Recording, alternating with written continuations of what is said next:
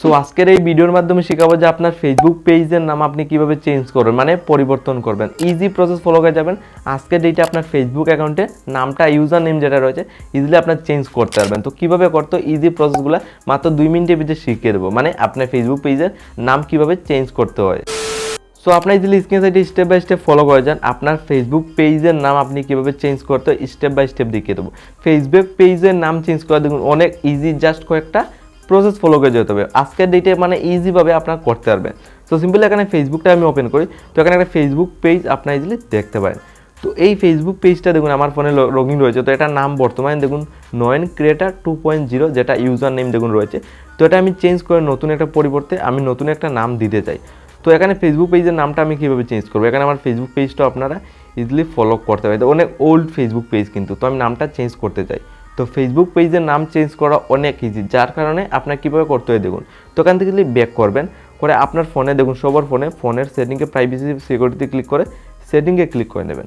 তো জাস্ট এখানে আমি সেটিংয়ে ক্লিক করার পর এই টাইপে দেখুন অনেকগুলো অপশন আসবে।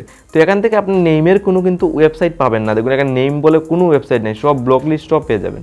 তো আপনার নামটা কী করতে হবে, আপনি এখানে সার্চ করতে হবে। দেখুন ইজিলি আমি এখানে সার্চ করলাম, দেখুন আপনার সামনে নামটা আমি ইজিলি সার্চ করে নিই। তো নেইমে আমি সার্চ করেছি।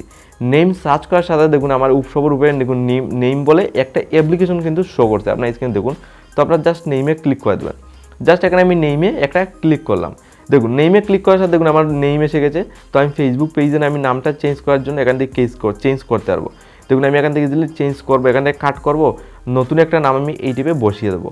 কিন্তু আপনি একটা জিনিস মাথায় রাখতে হবে, আপনার ফেসবুক পেজের একবার নাম চেঞ্জ করার পর 60 দিন পরে মানে 2 মাস পরে আবার আপনার ফেসবুক পেজের নাম চেঞ্জ করতে পারবেন। তো বর্তমানে যদি আমি এখন চেঞ্জ করে দিই আবার 60 দেখুন 60 ডেজ লেখা রয়েছে, মানে 2 মাস পরে আবার চেঞ্জ করতে পারবো। জাস্ট এরকম বসিয়ে আপনার রিমুভ চেঞ্জে ক্লিক করবেন। দেখুন রিমুভ চেঞ্জে ক্লিক করার সাথে আপনার ফেসবুক পেজে ইজিলি নাম একটা নতুন লেগে যাবে।